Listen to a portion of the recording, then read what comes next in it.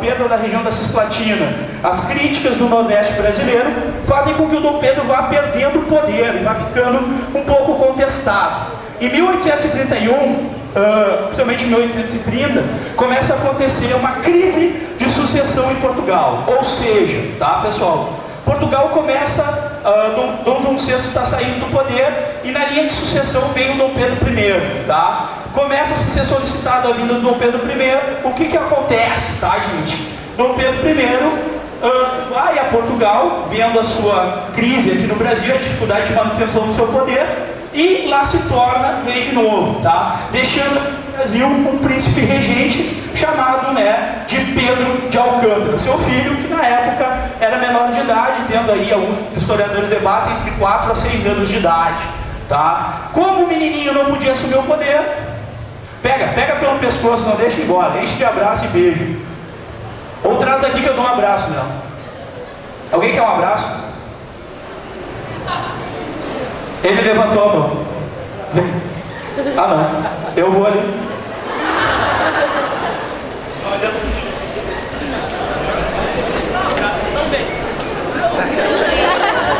Não, tu pediu um abraço, eu vou te dar um abraço. Vai ser um abraço mais molhado que tu já teve na tua vida. Vem cá. Tá, vem cá.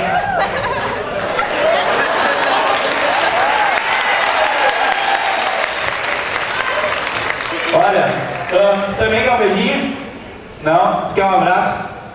Ah, olha, eu sei, isso aí é normal. Eu passo na rua, as pessoas sentem meu cheiro e ficam.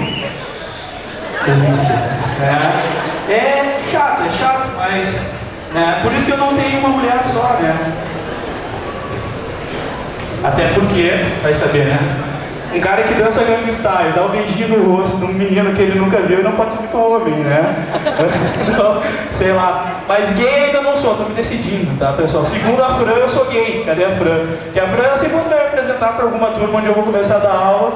Quem foi meu aluno esse ano deve ter ouvido. Ah, o Quindinho é o pai do viado. Vocês não ouviram isso? Turma ali de Espumoso ouviu isso. Né? Minha imagem é recorrentemente degradada por ela. Pessoal, gente... Depois da sessão beijinho, Job, quer um beijinho também? Depois? Depois a gente conversa então. Pois é, tinha um aluno muito lindo daqui de Carazinho que não veio hoje, acho que ele ficou com medo de vir. O nome dele é Pedrão. Ele é lindo. Tô com saudades. Hashtag saudade do Pedrão. Pessoal, gente, a partir de 1830, diquinhas bonitinhas do gordinho suadinho, tá? Pessoal, o que nós vamos ter a partir de 1830? Período regencial. Sempre lembre que o período regencial, a grande marca dele, na verdade, é um grande número de revoltas, tá? Inclusive uma das revoltas que mais nos orgulha aqui no Rio Grande do Sul é chamada de Revolução Farroupilha, que muitos alunos, depois que eu dou aula de Revolução Farroupilha, estão querendo me cagar a pau, né? Mas quem foi meu aluno sabe, gente, né, Letícia? Pessoal, o que acontece aqui? Gente, nós temos 3 grandes grupos políticos, os moderados, tá? Os exaltados e os restauradores, tá? Tudo no sentido liberal. Esses 3 grupos vão disputar o poder, tá? Ou seja, quem que vai ser os regentes? O modelo de regência é dividido em 2 grandes modelos. A trina no primeiro momento, onde há 3 regentes, e a una, onde há o estabelecimento de um único regente. A partir desse momento, pessoal, lembrem, não há um imperador, e sim regentes que representam o poder de um governador, de um imperador, que é menor de idade e não tem como assumir o poder, tá? Gente, dentro disso, o que se estabelece aqui? Pessoal, no primeiro momento nós vamos ter um governo, né, de avanços liberais e depois de regressos conservadores, tá? Então essa é a grande diferença desses dois, né? Pessoal, o que eu quero que vocês destacar para vocês? O que eu falei, as grandes revoltas que acontecem nesse período aqui. Pessoal, nós vamos ter 5 principais revoltas aqui, tá? Cabanagem, Farroupilha, Revolta de Males, Sabinada e Balaiada. Destaco para vocês, pessoal, tá? Pelo contexto da prova e também por uma coisa de nunca ser muito lembrado, tá? A questão da revolta de Males, tá? Revolta de Males é uma revolta que acontece na Bahia e é a única revolta que acontece no Brasil sobre a liderança de negros escravos e ex-escravos, tá? Como na Bahia existia um número muito expressivo, tá, de escravos, isso deu uma abertura para que acontecesse esse processo revolucionário lá. Óbvio, essa revolução não obteve sucesso, mas destaca-se por ser uma revolta promovida por negros escravizados, tá? Gente, nós temos aqui também uma coisa importante, que é a criação da Guarda Nacional, logo no início do período regencial, tá? Guarda Nacional é uma espécie de uma polícia, né, que vai servir para dar assistência aí nesse período imperial. Gente, segundo reinado, tá? Ou seja, após a questão do período regencial, há um golpe chamado golpe da maioridade, que antes mesmo de o Pedro de Alcântara receber a sua maioridade, os políticos liberais mais conservadores estabelecem um golpe que recolocam Dom Pedro II no poder, mesmo ele ainda sendo menor de idade. A partir disso nós temos a última fase do Império Brasileiro, tá? Que é o quê? O segundo reinado. Pessoal, esse segundo... Aê, bonito. Pessoal, tá boa aí. Pessoal... Que risada. Se ninguém der risada, eu vou fazer um strip aqui, não me custa nada. Tô tirando. E na chuva mais rindo ainda. Tira, põe. Tararara. Tararara. Quem é que ficou com meu casaco? Agora eu vou dar aula assim, eu não saio mais disso aqui. Saiu. Alguém quer uma camiseta suada? Eu vou dar um autógrafo depois. Cuidado. Mais peças podem cair se vocês não derem risada das minhas piadas. E olha que o próximo que vocês vão ver não tem nada por baixo. Tá? Pessoal, eu até vou ter que comprar uma cueca GG por R$1 depois. Gente, o que eu quero que vocês saibam, tá? Do período do segundo governo do Dom Pedro II, tá? Período de avanços tecnológicos brasileiros, tá? Apaziguação do território brasileiro, contenção das revoltas que haviam naquele período. Dá para dar uma voltada? Aí, beleza. Pessoal, ou seja, tá? Uma coisa importante, tá, pessoal? Aumento da pressão inglesa para o fim da escravidão no Brasil, tá? Através de algumas... Tu tem certeza que tu quer tocar nisso? Pessoal, aumento, tá, da pressão inglesa para terminar algumas coisas como a escravidão no Brasil, isso é importante. Primeira coisa que eles fazem, né, é a criação da lei Bill-Albrecht, que é uma lei inglesa de 1805, que forçava os países que comercializavam com eles terminar com o tráfico negreiro, tá? Isso é uma coisa importante também. Gente, outra coisa, tarifa Alves Branco, tá, pessoal? Para incentivar o processo de industrialização brasileiro. Produto que não tiver, que era produzido no Brasil nesse período e viesse de fora, pagava uma taxação alfandegária de 60%. Produto que era produzido aqui pagava 30%. Incentivar o processo de industrialização dentro desse segundo reinado, tá? Pessoal, uma pessoa muito importante para esse processo de industrialização, chamado Barão de Mauá, o grande empresário do Império Brasileiro. Lembrem desta figura aí, tá? Gente, temos dentro disso também um elemento importantíssimo, a Guerra do Paraguai. Lembrar, Brasil, Argentina e Uruguai uniram-se para conter os avanços industriais da nação paraguaia, que vinha se destacando nesse período. Foi uma das maiores chacinas produzidas dentro do Paraguai, tá? Além disso, pessoal, temos o quê? O estabelecimento de uma pequena crise nesse império que vai marcar o fim dele, tá? A crise do café, tá? Vai desenvolver um pouco e tirar um pouco o poder da economia cafeeira, Juntando isso, as leis abolicionistas que vão sendo criadas, vão criando uma determinada pressão no governo imperial e tornando ele insustentável. Pessoal, sobre essas leis abolicionistas, sempre lembrem destas leis aqui, tá? Ventre livre, sexagenário e a áurea, né? Agora eu vou contar uma piada, se ninguém, eu tiro a camiseta. Eu tiro mesmo, tá? Não vou contar muito. Quebrado. Pessoal, lei do ventre livre.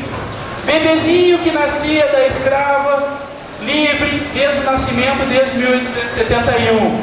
Sexagenário, né? Que nem o Job aqui, né? O senhor sexagenário já. Vem cá, Job.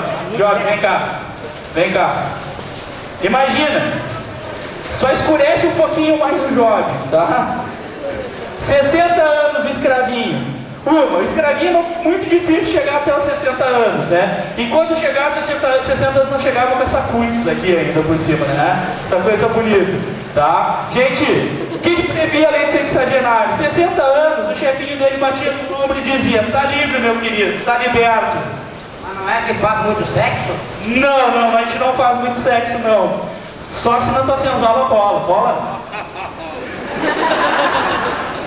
Na baia. Na baia.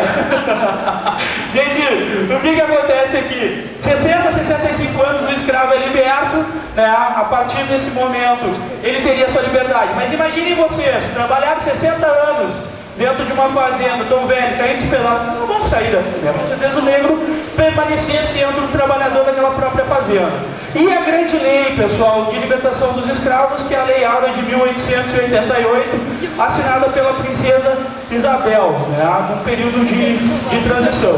Pessoal, essas leis aqui fazem aumentar as pressões, tá, dentro do cenário imperial brasileiro e formam a chamada República Brasileira em 15 de novembro de 1889.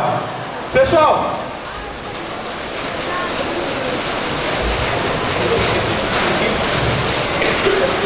tá, gente, tá. Pessoal, vamos se encaminhando um pouquinho para o fim. Gente, aqui eu quero que vocês tenham uma baita de uma atenção.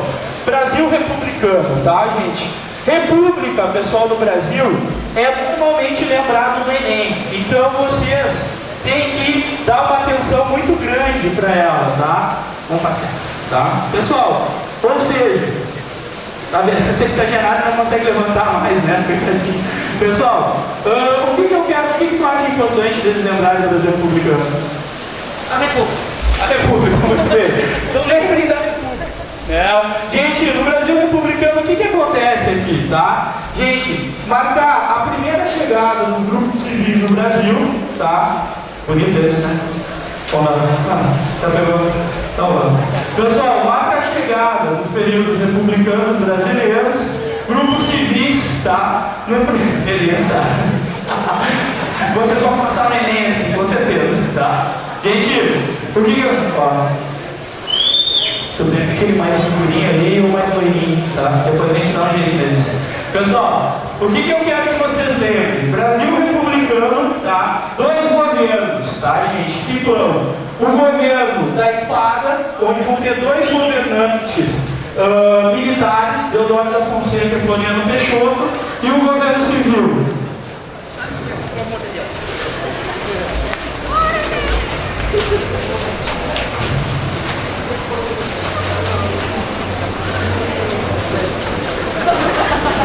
Tá olhando?